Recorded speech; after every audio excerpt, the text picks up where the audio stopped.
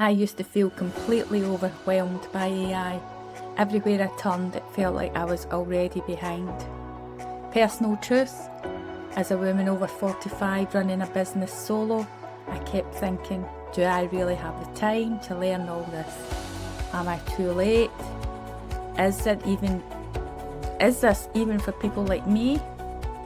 But here's what changed everything. I stopped trying to keep up and I started choosing tools that worked for me. Not flashy, not complex, just simple, smart tools that helped me get my time back and feel confident again. I realised AI isn't about being techy, it's about reclaiming your focus, your creativity and your peace. And that changed everything about how I show up in my business.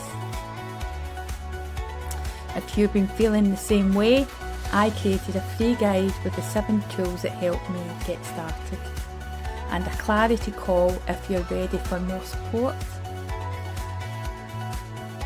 You don't have to do this alone. Let's make AI feel human again.